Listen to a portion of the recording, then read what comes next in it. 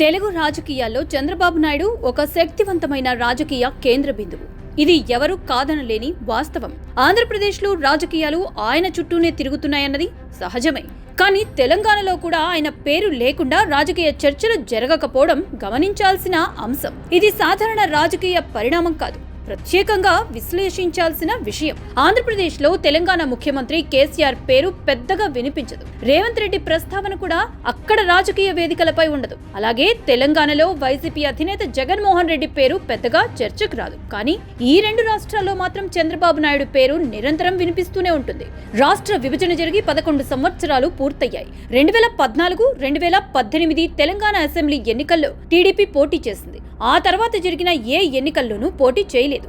ఏ పార్టీకి ప్రత్యేక మద్దతు కూడా ఇవ్వలేదు.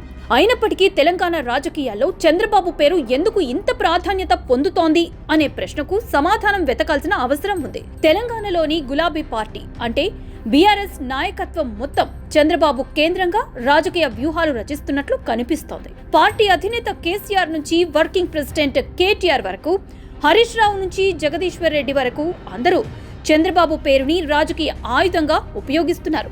తమ పార్టీ ఉనికిని నిలబెట్టుకోవాలన్నా, కాంగ్రెస్ ప్రభుత్వంపై విమర్శలు చేయాలన్నా, ముఖ్యమంత్రి రేవంత్ రెడ్డి వైఫల్యాలను ప్రజల ముందు పెట్టాలన్నా ప్రతిసారి బీఆర్ఎస్ ఎంచుకునే కేంద్ర బిందువు చంద్రబాబు నాయుడు. కాంగ్రెస్ ని దుయ్యబట్టాలన్నా, తెర వెనక వైసీపీకి సహకరిస్తున్నారనే ఆరోపణలు చెయ్యాలన్నా, చివరికి బీజేపీపై విమర్శలు గుప్పించాలన్నా కూడా బీఆర్ఎస్ నేతలు చంద్రబాబు పేరును తెరపైకి తీసుకువస్తున్నారు. చంద్రబాబు తెలంగాణలో ప్రత్యక్షంగా రాజకీయాలు చేయకపోయినా ఆయన పేరు మాత్రం ఆ రాష్ట్ర రాజకీయాల్లో మారు మోగుతూనే ఉంది. తెలంగాణలో ఏ సమస్య వచ్చినా దానికి కారణం చంద్రబాబే అన్నట్లుగా బీఆర్ఎస్ నేతల వ్యాఖ్యలుంటున్నాయి. ప్రాజెక్టు ఆగిపోయినా బాబే కారణం, ఆంధ్రప్రదేశ్లో ప్రాజెక్టులు పూర్తయినా దానికి కూడా బాబే కారణం, తెలంగాణ ముఖ్యమంత్రి తుమ్మినా బాబే కారణమన్న స్థాయికి విమర్శలు వెళ్లిపోతున్నాయి. చివరికి ఆంధ్రప్రదేశ్లో ప్రతిపక్ష నేత హోదా దక్కినా కూడా చంద్రబాబు వెనక ఉన్నారన్న ఆరోపణలు వినిపిస్తున్నాయి. ఇటీవల BRS working president KTR media ముందుకు వచ్చి చేసిన వ్యాఖ్యలు దీనికి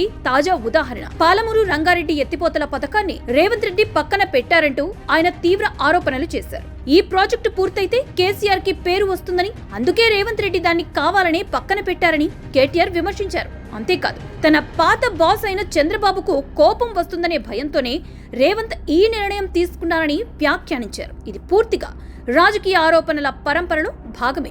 ఈ వ్యాఖ్యల వెనుక ఉన్న రాజకీయ ఉద్దేశం స్పష్టమే. చంద్రబాబు పేరుని సెంటిమెంట్ గా మార్చి మరోసారి తెలంగాణలో గులాబీ పార్టీకి రాజకీయ ఆక్సిజన్ అందించాలన్న ప్రయత్నమిది. ఈ విషయం చంద్రబాబు నాయుడికి తెలియంది కాదు. అందుకే ఆయన ఎలాంటి ప్రతిస్పందన ఇవ్వకుండా తన పని తాను చేసుకుంటూ ముందుకు సాగుతున్నారు. మొత్తంగా చెప్పాలంటే తెలంగాణ రాజకీయాల్లో చంద్రబాబు నాయుడు ఒక అదృశ్య శక్తిగా మారిపోయారు. ఆయన అక్కడ పోటీ చేయకపోయినా ఆయన పేరు మాత్రం రాజకీయ చర్చల మధ్యలో ఉండటం గులాబీ పార్టీ వ్యూహాత్మక రాజకీయాల ఫలితమే. ఇది చంద్రబాబు రాజకీయ ప్రభావానికి నిదర్శనమా, లేక బీఆర్ఎస్ రాజకీయ బలహీనతకు అద్దం పట్టే పరిణామమా అన్నది తెలంగాణ ప్రజలు నిర్ణయించాల్సిన అంశంగా మారింది.